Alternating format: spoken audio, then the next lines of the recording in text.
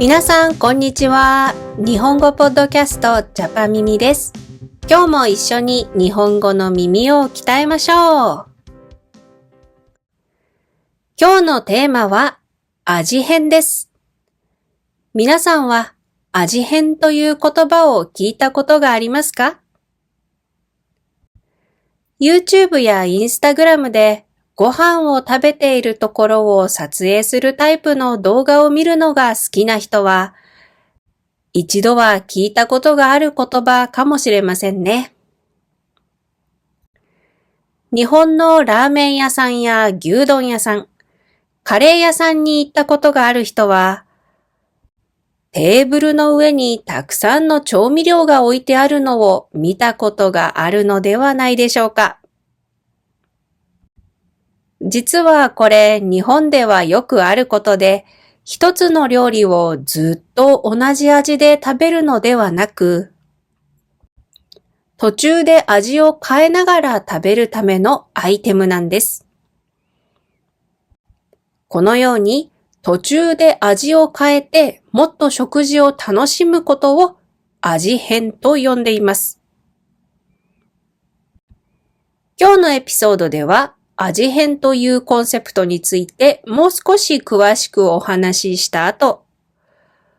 どんなお店にどんな味変アイテムがあるのかということについてもお話ししたいと思います。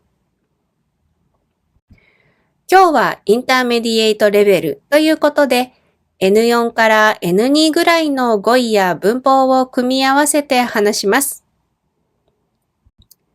ぜひ最後まで聞いて一緒に練習してくださいね。それでは始めましょう。ジャパミニ。先ほども少し話しましたが、味変とは食事の途中で料理の味を変えることです。途中で調味料を足したり、トッピングを加えたり、少し食べ方を変えたりすることで、同じ料理でも違う味を楽しむことができるようになるんです。例えば、ラーメンに胡椒を入れる。牛丼に紅生姜を乗せる。うどんに七味をかける。これが味変です。最近は味変という言葉をテレビや SNS でもよく聞くようになってきました。でも味変は実は新しい文化ではなく、日本の食事には昔から味を変える工夫があったと言われています。味変という言い方は最近生まれたんだと思うんですが、昔から料理に薬味を加える文化はありました。例えば、蕎麦にネギを入れる。焼き魚に大根おろしを乗せる。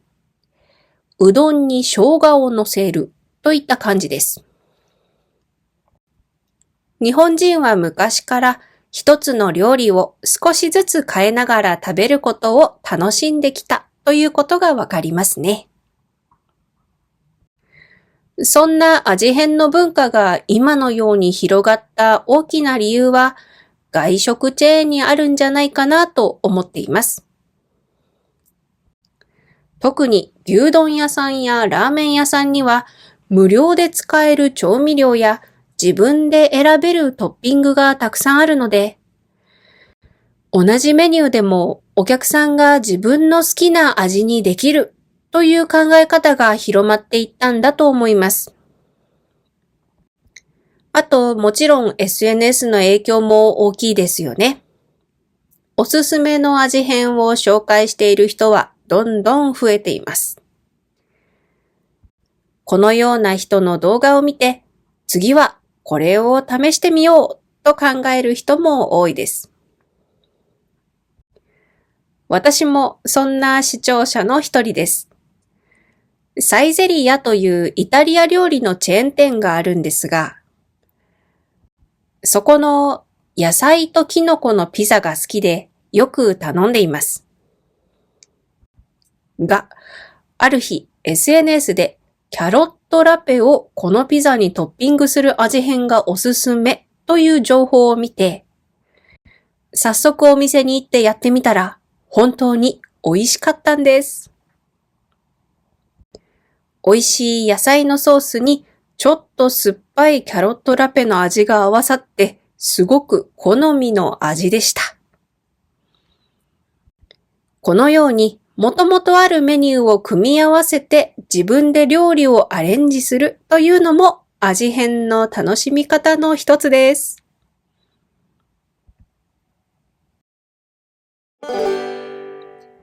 それではどんなお店にどんな味変アイテムが用意されているんでしょうか？まずはラーメン屋さん。ラーメン屋さんは味変の宝庫です。よくあるのは胡椒、ニンニク、唐辛子、ラー油、ごま、お酢など。最初はラーメンをそのまま食べて、途中から少しずつ調味料を入れる人が多いです。味変をしてスープの味が変わる瞬間を楽しみます。特に最近はスープがないタイプの混ぜそばとか汁なし担々麺のようなメニューが人気になってきて、味変アイテムも様々用意されていることが多いです。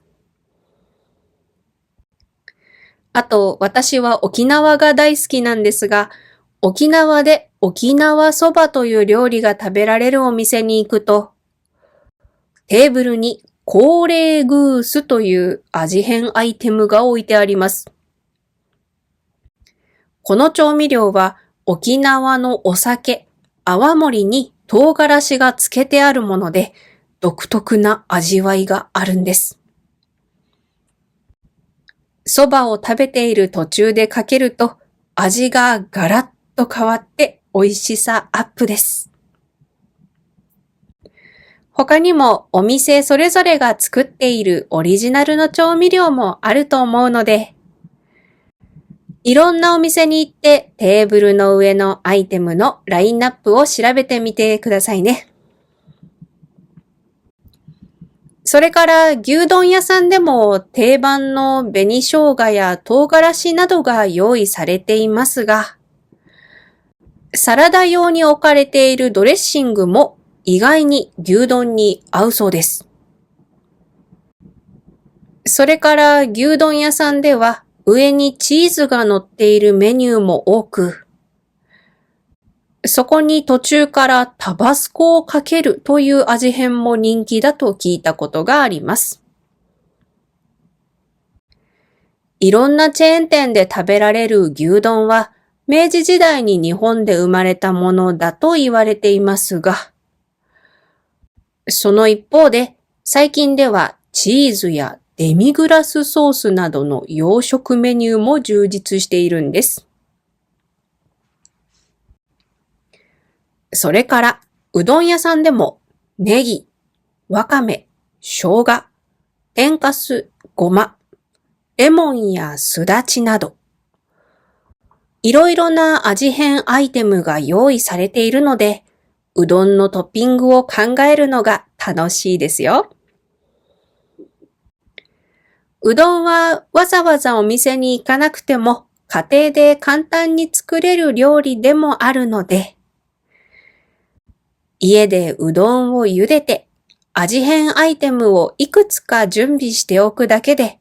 結構満足感のある食事が作れておすすめです。あと、カレー屋さんでも福神漬けという漬物やらっきょうのトッピングが定番ですが、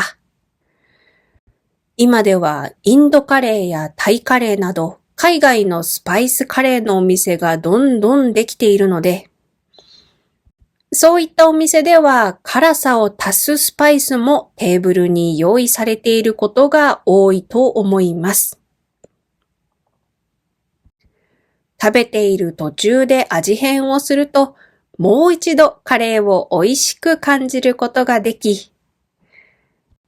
味変のたびに美味しいと思えるのが日本人の食事の楽しみ方の一つなんです。ちなみに私の実家ではカレーを食べるときに途中で醤油やチーズをかける味変が定番になっていました。醤油の塩気や甘み、チーズのまろやかさがカレーにぴったり合うんです。皆さんも自分の好みのアレンジをたくさん見つけて日本料理を楽しんでくださいね。ジャパ耳。それでは今日のポッドキャストはここまでです。今日のテーマは味変でした。今日は主にお店での味変について紹介しましたが、家庭でもいろんなアレンジができると思います。最近は SNS でコンビニの商品をいくつか組み合わせて味変をしたり、新しい料理に変身させたりする人をよく見かけます。カップラーメンに何かを足して新しい味を作ったり、お弁当に何かを足して新しいお弁当に変身させたり。結構何でもありだし、自分が美味しいと思えれば OK なのが味変のいいところだと思うので、皆さんも何か見つけたらぜひ教えてくださいね。ではまた来週、次のエピソードでお会いしましょう。ありがとうございました。